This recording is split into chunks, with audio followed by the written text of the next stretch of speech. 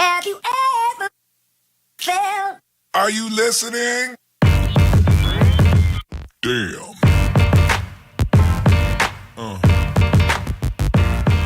Yeah.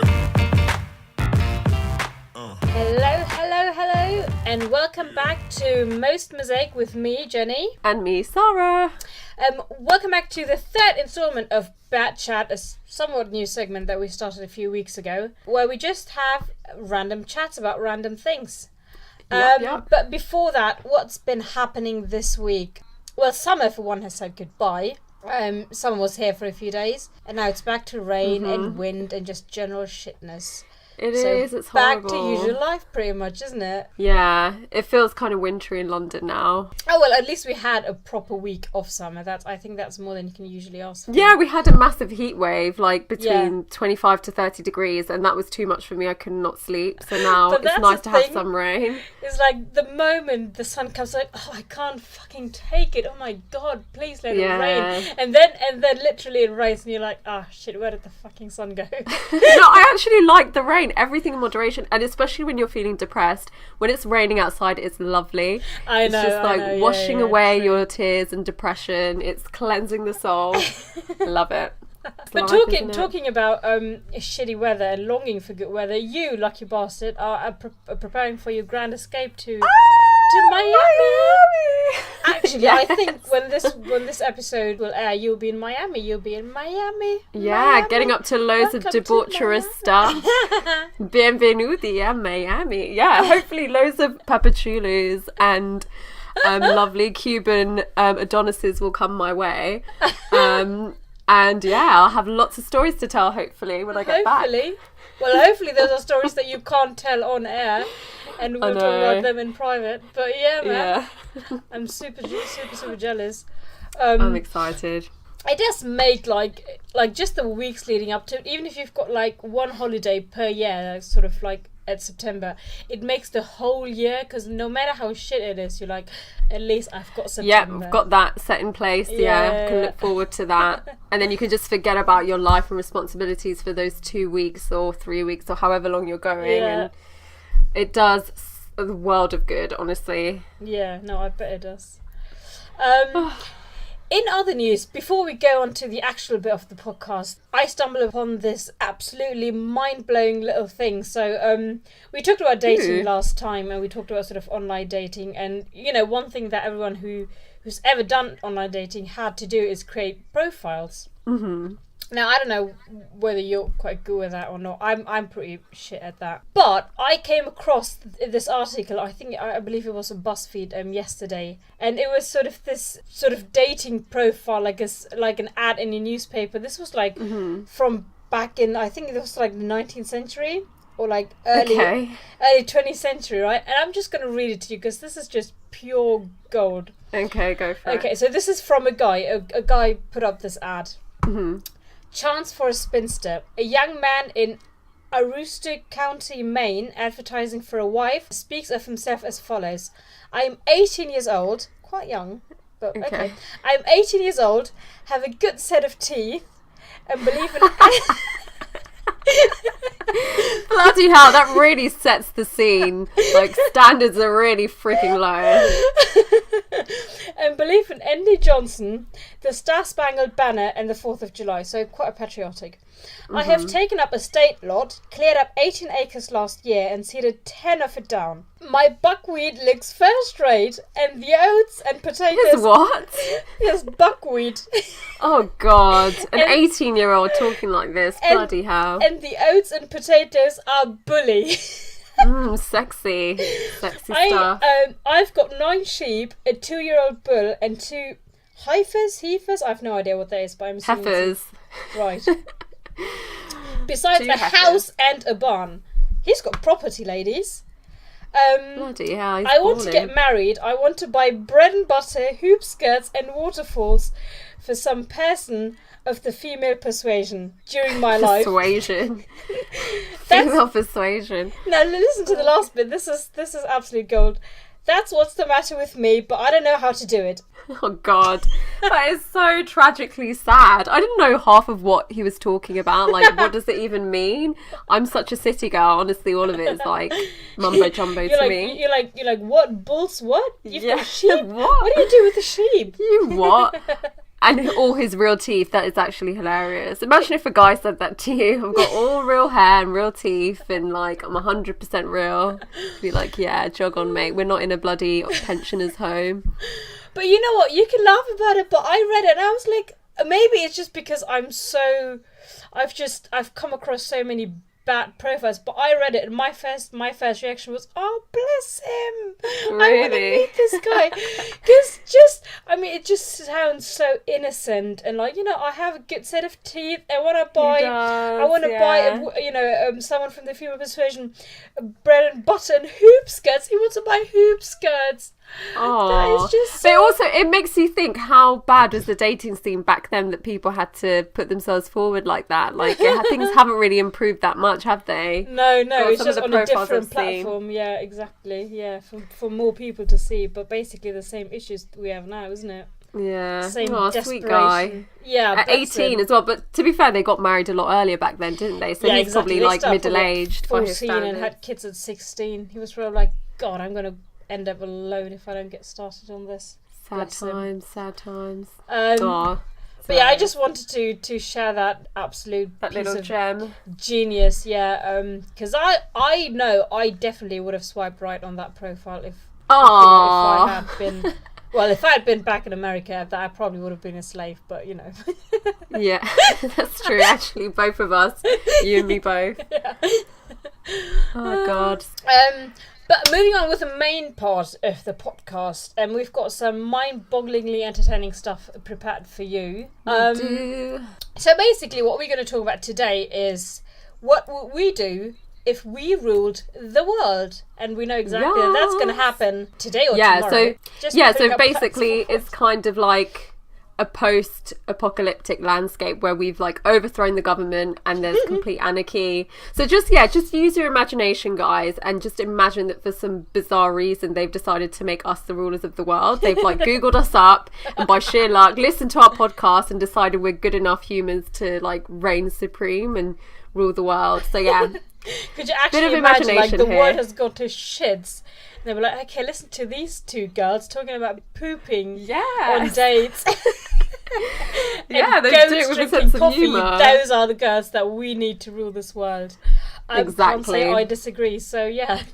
Wise choice, honeys, wise choice. So basically we each came up with sort of 5 rules each that will probably be part of the constitution, the new constitution, as it were. So Sarah, do you want to start with your plans to govern? Yeah, sure. I mean, I've tried to include a bit of everything, so bits to do with the economy, social welfare, healthcare, housing, in the environment, immigration, blah blah blah. Oh wow! Okay, so I'm going to be the silly. I've tried to cram it in. Okay. No, I have some silly stuff. Okay, like bear with me. The first one will make you laugh. But so number one. Okay, first of all, I need a bit of an intro and a bit of context. If I ruled, I'd probably implement a kind, loving, caring society. So it'd be a bit of a hippie haven with like an emphasis on community and freedom. You know me. I'd obviously go for something like this. Yeah, I think I'd be cool with that. Okay, good. Because I know some people will probably be like rolling their eyes and thinking it's not sustainable or practical, but I really don't give a shit. Like, go home. Yeah. Okay, so number one, I would launch the Love More scheme. Love more. And basically hashtag that would entail 10-minute daily hugs with everyone you talk to. And I don't personally like hugs, but I know I just feel like for the overall better good of mankind, it would help to just have more human contact. But I think 10 it would minutes, be good. I feel like after 2 minutes that will lead into sex. Oh my god. That's not a bad thing though. Well, probably not on the street, but yeah. But obviously pervs would definitely take advantage of this one with like a cheeky grope or like a longer than permitted hug. But yeah, they would, I think obviously people would take the piss, but I think it would be good. Maybe not 10 minutes, maybe like 2 minutes or something. So what?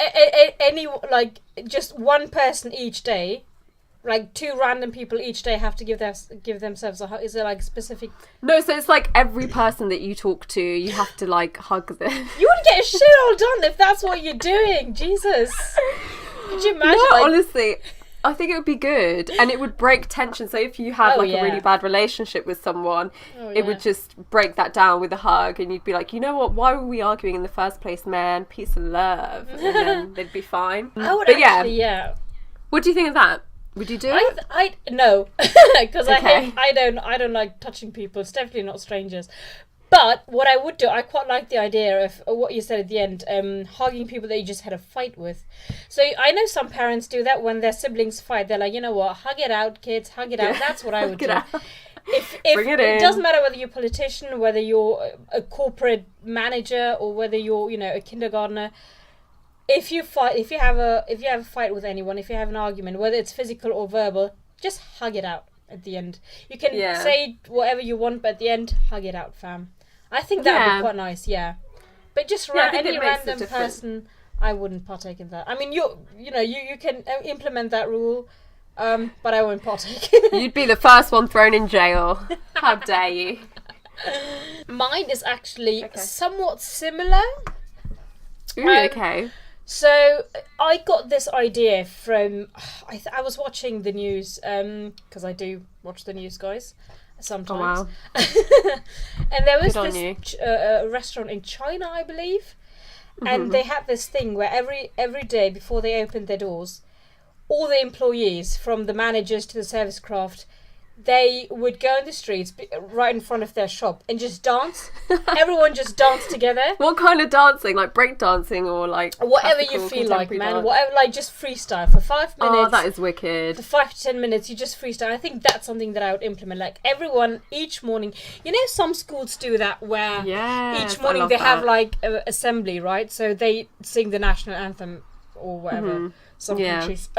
And that's what I do every morning, whether you're a worker, whether you're a student, whether you're a housewife, or houseman, househusband? Houseman. Yeah, I think so, I'm not sure. Every morning at, say, 8 o'clock or 9 o'clock, for 10 minutes, you have to dance. I would absolutely love that. Yeah. You know, they have like morning workout dances in Shoreditch or something, but you have to be there at like 6 a.m. You mean the morning club?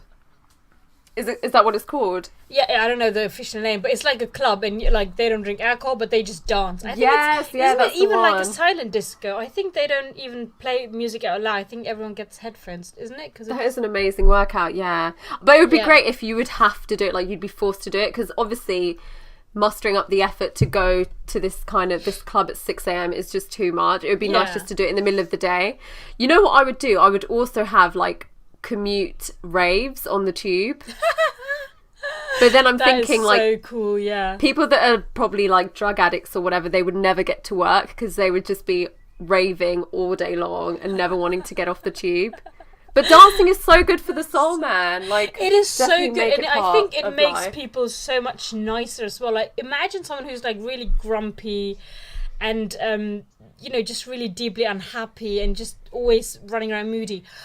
Just have them dance for 10 minutes. Just let loose. Just don't think about anything. Just dance and be silly for 10 minutes without without anyone pointing at you, laughing. Like that's forbidden. If you laugh at anyone, if you point fingers and laugh, you'll be executed or something.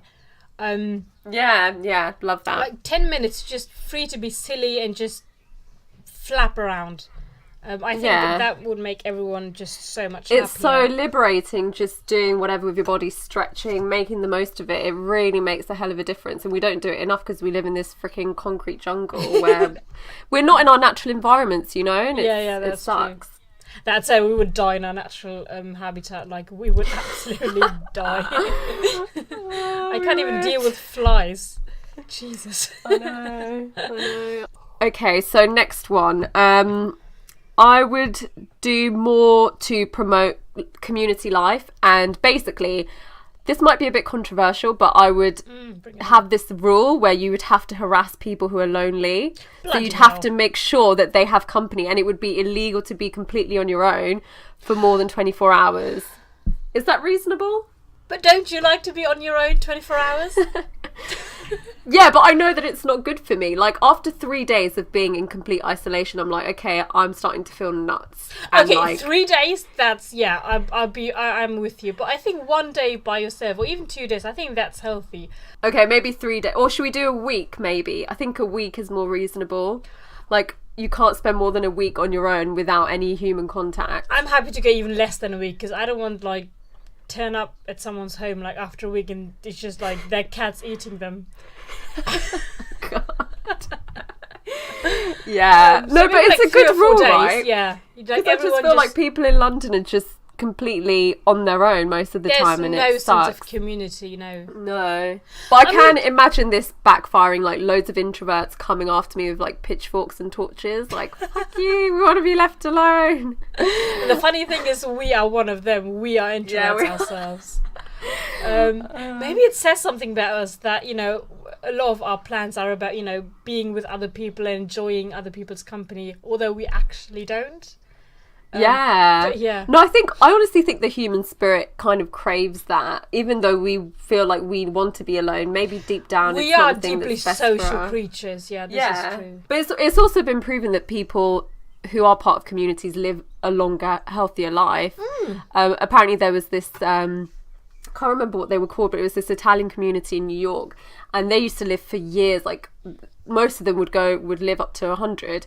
And so this scientist was really curious, and he was trying to kind of research their lifestyle, and he thought, first of all, it must be the food. You know, they eat the Mediterranean diet, have lots of olive oil in their diet, and then he came to the conclusion that it was basically because they live in such a close-knit community and they help each other out in every way, you know, like emotionally they're there to support each other. If they're there to, you know, for like handiwork or just like manpower, they're there for each other.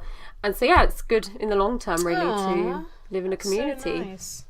Yeah, and that really kind of stayed with me, that fact, and I was like, kind of want to aspire to that life in the future. But yeah. Oh, bless. Well, I follow that controversial rule with another controversial rule, which you might actually not agree with either. But we actually talked about this. And this is not my own idea, I should say this. I'm not going to take credit for it. I was watching a documentary about atheism and Ricky Gervais, who's quite a loud atheist, if you can call it that. He proposed the idea. So basically, I would implement the rule that you're not allowed to introduce religion to anyone under 16.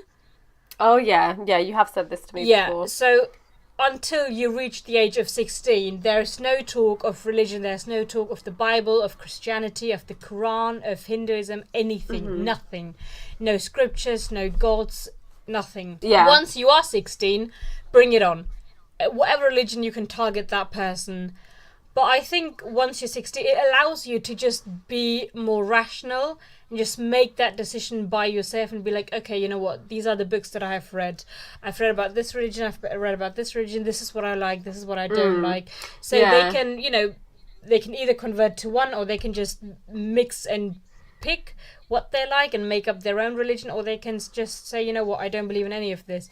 Whereas I feel like a lot of the religious, in introverted commas, people that I have met, they're only religious because their parents are, and they've sort of been brought up. They never questioned it. That actually reminds me of something I heard the other day on this podcast, and this guy said it's like asking a baby, are you a Liverpool fan, or saying that a baby's a Liverpool fan by saying, okay, this baby's this religion, because obviously it has no conscious idea of what religion it wants to be at that age. It's ridiculous. Exactly. So I do agree, but then again, I do think it's good to give kids some kind of, to educate them at least, and give them some kind of discipline in maybe some religion, and then give them the choice maybe when they get to 18 and be like, do whatever you want to do. So you give them the education even earlier than 16? I mean, I don't really know. I'm not too sure, but I think it doesn't harm a kid to give them some kind of religious direction, as long as it's not too extreme. For example, you know, tell them about the commandments and just say, look, this is like a considerably good way to live your life if you follow them, but not force anything upon them. Maybe just teach them about it, educate them, and then obviously when they get to 18 they decide, but not leave it kind of blank until 18 and then be like, okay, well, there you go, I'll throw you out there and you decide. Well, I mean, the thing is that that's I me. would teach them, obviously I teach them about morality even before that, because they just need to, right?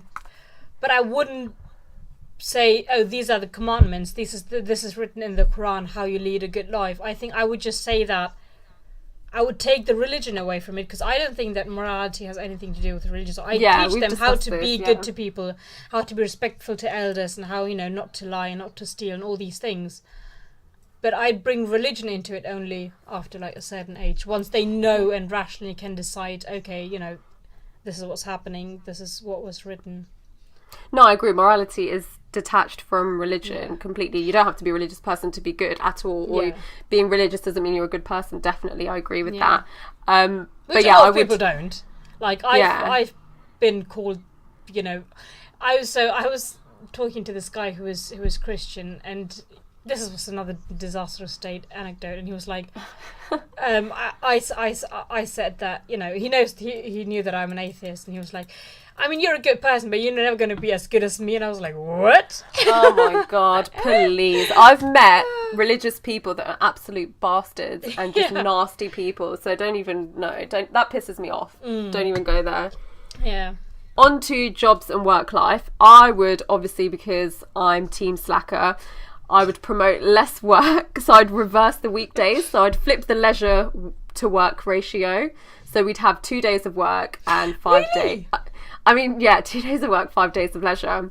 Okay. So basically, I was inspired by this thing that I heard the other day. Apparently, it's proven that we don't need to work as much as we do. Yeah. It's just basically, you know, to keep us in line, keep us disciplined and out of trouble, whatever. So realistically, also, out of 8 hours, how many hours do we actually spend being productive? Like, let's be real, it's probably around 3 at most. Okay, hope my manager's not listening. But speak for yourself. Well, a few people have said that to me. Okay, and also apparently ancient Greek philosophers believed that they kind of built a system on the complete opposite in terms of like time division. So we'd spend, you know, the majority of our time doing the things we love, and the other time working. So I think that's pretty reasonable, but I think we'd have to wean society into kind of getting them used to having fun, because I feel like a lot of us don't really know how to have fun. Just don't know how to do it. Cause most of the times when you ask people, what are you doing on the weekend? Oh, nothing. And that's literally what they do. They do nothing. Yeah. They take care of laundry and cleaning the house. The other day it's just, you know, Netflixing. It's sad because we've just been conditioned to think that work is good for us, and it's such a large part of our identity, and that routine and discipline is so necessary. Yeah. When really, like there's so many things to do out there. Yeah. So many. It's like the weekdays are actual life. When we're in the office, that's actual life, and anything else is just hours that we have to waste. Like, that's the impression that you get sometimes. Yeah. In London, which is quite sad. But I think I'm not sure about this. You might need to sort of check this, but I think it's in Finland or one of the Scandinavian countries where they do introduce 4 work days. Yeah, I think it's Sweden. Yeah, and also fewer hours. Because exactly what you said, they did studies on it, and they realized that people are not actually productive from 9 to 6. They like once it hits 2, they're done. So what they did is they'd have straight to 2 or 3 without any break, but then you can just go home every day. And I think people just worked harder. There were better results. Yeah, of course, because you're doing things that you really enjoy, spending more time with your family, with loved ones, and it's consequently making you more, like, it's making you happier, more productive, and just a better person in society. So everyone wins, really. Win. But yeah, we'd have to literally practice having fun. and get used to it really, which is pretty sad. Yeah, we'd offer starter courses in how to have fun 101, obviously. Yeah, exactly. Yeah, lectured by obviously the two of us because we're pros. Of course, Don't we know of it? course. God, sad. Moving on with mine, which is so again, I don't know how practical this is going to be, but we don't have to worry about that for the time being. But my suggestion is that so some countries used to have this, I think, that once you finish high school, they have to do social service for a year. So either do social service for a year or they have to join the army for a year. Korea has that as well, where every male has to join the army for 2 years and has to do sort of military service. So my suggestion is that every 10 years, so 3 times in your life, at the age of 16, 26 and 36, everyone, male and female, has to do social service in the form of helping the elderly. So you have to sort of spend a month or 2, maybe 2 months, maybe a month is too little, 2 months just going to, senior centres and whatnot, or hospitals. Why the elderly? Because I think you can just learn so much. You can learn so much from them. True. You're helping. Kids are so wise. Yeah, you're helping others. You're helping those in need. Because a lot of the time, people who are in these centres, they're not visited very often by their family, or sometimes they don't sadly even have any family left. So that's what I do. Yeah, and I think for the kids as well, I think this is more beneficial for the people doing the service than the elderly, because it's the age group as well, because 60, it's that time when you're sort of rebellious and you think you're immortal and you're better than everyone and you're like on that sort of high horse. And 26, again, is sort of that time when you just got out of uni and just got into the workforce, and it's easy to sort of get sucked into that, it's all about the money, it's all about the cash dollar money. And just take that break of 2-3 months and work with the elderly. Like, it gives you a new perspective. Oh, that's interesting. Yeah. So different life stages. I really like that one, actually. Yeah. I really do. Because I haven't had any kind of nan presence in my life, and I really don't like that. But I think you can, you can learn a lot growing up around your grandparents. You can just tell the difference. People that are so much wiser and like just down to earth and cool and they can learn from the younger people as well. What they are going through. What's going on and I'm sure they can do right with the now. company as well. Exactly. So it's a win-win for both sides. Oh, I like that. All right. So next one, I've gone for crime. And I would implement harsh punishments for bullies and mean people or abusers of any kind. Oh, yep. And I would, so just harsher punishments for them, and like also more. Oh my God, no! I would do that. Oh my God, yeah. Stop it! This is new age hippieism, Sarahism. Don't put any of that shit off. into my So what bloody would be a harsh pristine penalty? Prison time for bullies. And that's pretty harsh for something considered pretty minor. For bullies, that's pretty harsh. But because it has such. Would you not do that? Would you not consider that like chopping off a dick? Oh no, I don't think I would. I find that really barbaric. Like, I would rather sentence someone to death than chop off their willy. That's really horrible. I'd do the willy, and then after a month I'd kill them as well. But I want them to live in pain for a month. No, but don't they say a lot of paedophiles actually want to be castrated, don't they? Because they can't help it, but they don't like being paedophiles. Like, a lot of paedophiles have said, honestly, castrate me if you need to. If it will stop me. Well, I'm happy to do it for you. I honestly, I'm happy. Oh, gosh. Literally, like, to me, rapists and paedophiles, they are the worst of the worst. Like, murderers are bad, whatever. But those two, like paedophiles and rapists, they are literally just the worst of the worst. You can't do any worse than that. No, of course. But on the flip side, I do like the way that Swedish people do it. The fact that their prison system is based on like mental rehabilitation as opposed to harsh punishments and death sentences. I do like that. But only obviously in some certain cases, so not with everyone. Yeah.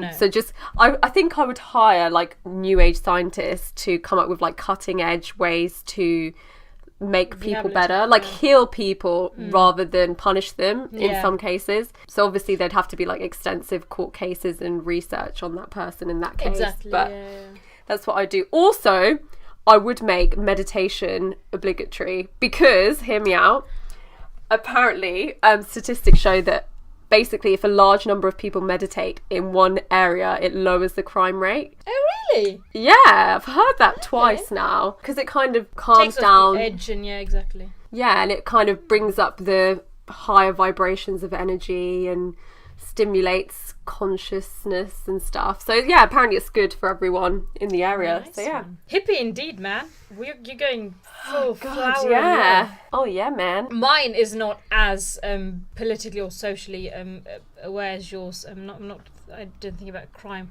But my next one was a bit inspired by your coming Miami trip. So I'd make it mandatory for everyone that they live a year abroad. Oh, I like Just experience that a another lot. culture, another country. So obviously the government that Love would have it. that would sort of provide for sort of the basic traveling package, right? Like accommodation, like basic stuff.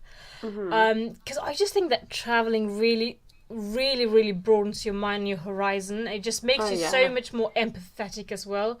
Because you learn about other people, you know, what their problems are, how they think, how they feel, what makes them happy, what makes them sad, what are their problems. And it also gives you perspective on your own worries and your own troubles. And it just, yeah. It just opens up a completely different world. It really Exactly. does. Yeah. So yeah, I agree. I think that's an amazing one. Honestly, Also that's gives you probably an one of my favourite ones. Amazingly great sense of independence, I think, to just be by yourself in a completely new country by yourself. I think you just learn to be dependent on no one but yourself, not your parents, not your siblings, not your partner, just yourself. I think that is really important as well. It is to function as an adult in this hush world. So yeah, that'd be one. my I love fourth it. one. Yay. Okay, so on to my very last one. On to education. So I would. You have really thought this through, man. Crime, education, punishment. I'm like, let's dance and travel and get drunk. You know what? I just found it kind of difficult to think of them, so I went on to government policies and I just saw a list of the main elements. And went But from still, there. very impressive. You've done the research, and I was just like under the shower. darling. Okay, what do I talk about? Need to cover all angles. Okay, so I would completely change the education syllabus in the UK. So I would keep most of the subjects, right? But I would definitely get rid of maybe geography. In the UK, geography is freaking awful. Geography, Jesus. Honestly, it's awful. All you study is like lava rocks and emulsion and all this other stuff. Yeah, it really is. So I'd get rid of that, and I'd have lessons on connecting with other people and how to live life and how to pay bills and how to deal with bullies, how to deal with physical attacks.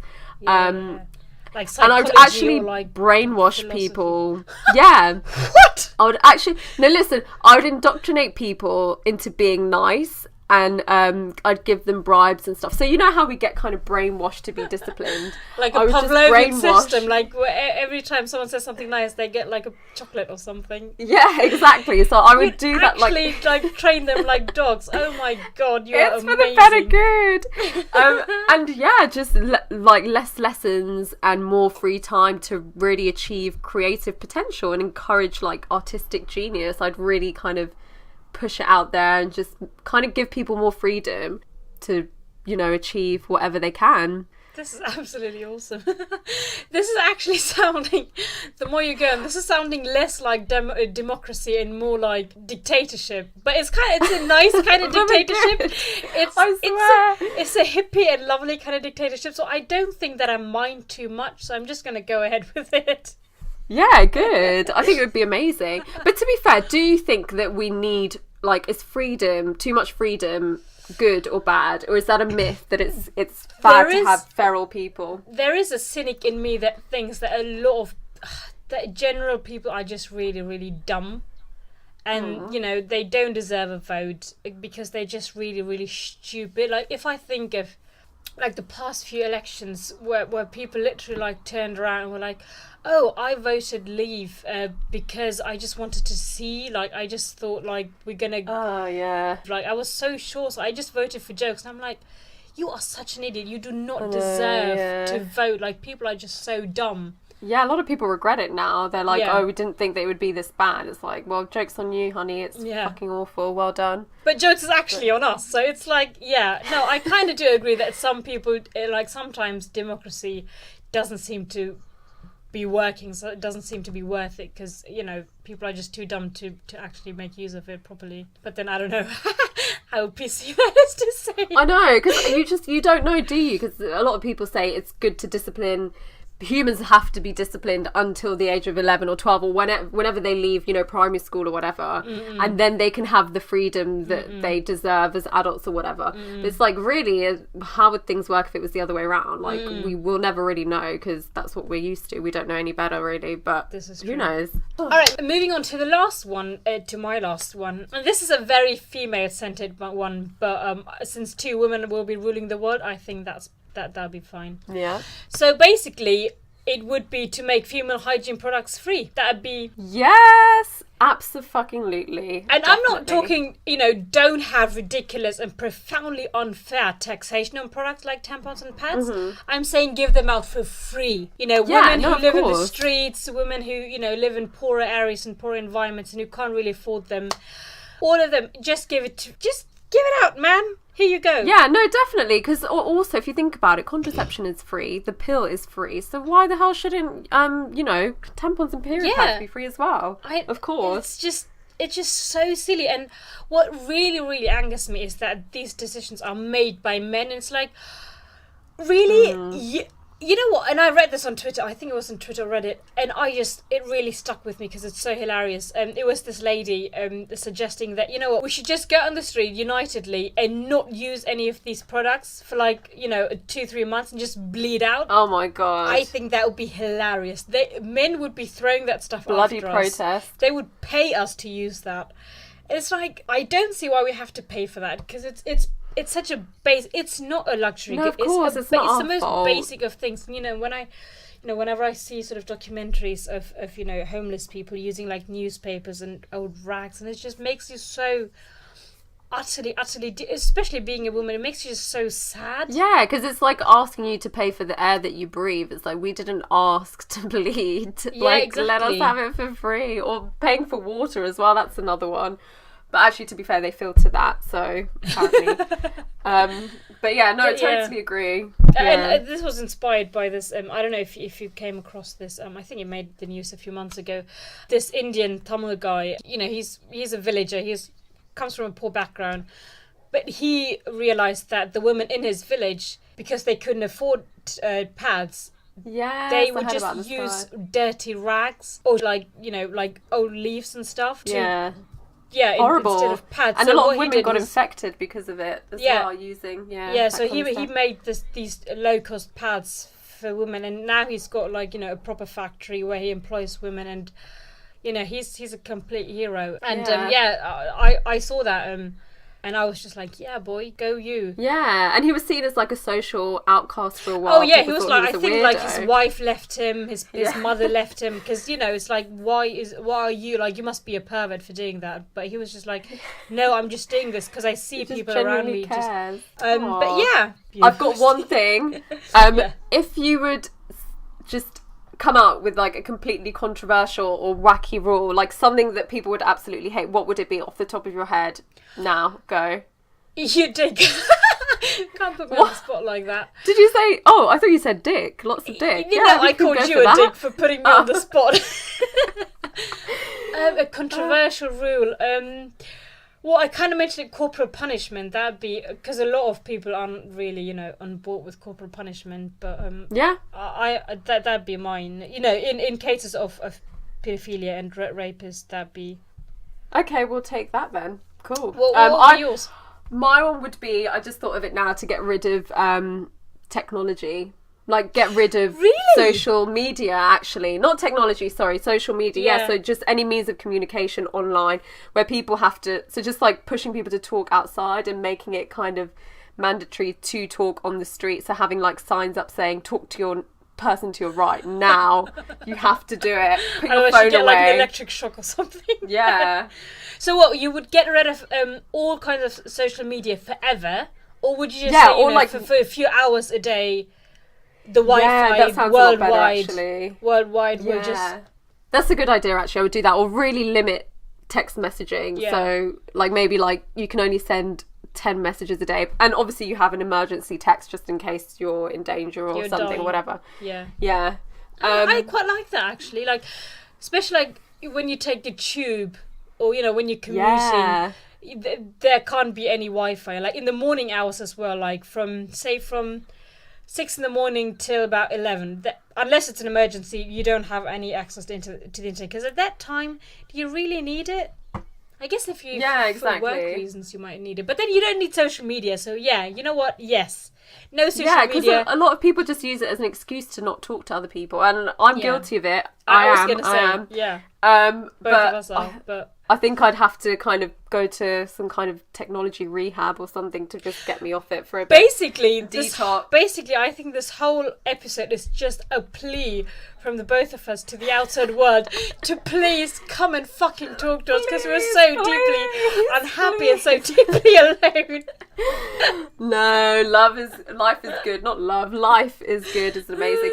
All right, well, let's wrap it up for today because it's coming up to 9 o'clock and I need to watch Love Island. So it's a saucy episode, okay? So yeah, thanks for listening, everyone. I would change my rule from corporal punishment to getting rid of trash TV. No, I'm sorry, but that's a no from me, and I completely disagree. But yeah, we'll probably be presenting this to government or parliament at some point and getting their opinion on it. Hold tight for that, guys. We'll be getting in touch with Jazzy, and I know he'll be on board with this. Like, especially like some of your hippie ideas, he will love that shit. Oh yeah, definitely. Love you, Corbin. But yeah, so thanks everyone for listening today. And if you can take anything from today's podcast, is that, you know, we'll be amazing rulers. Oh yeah. Bow down, bitches. Of course. But yeah, thanks for listening. And obviously, if you want to get in contact or send us any suggestions or even diss us, you can email us. You can also send us or news, yeah. You can email us at mostmosaic@gmail.com or tweet us at most_mosaic. Yes, thanks for listening, guys. And hopefully see you soon. Bye-bye. Yeah, bye.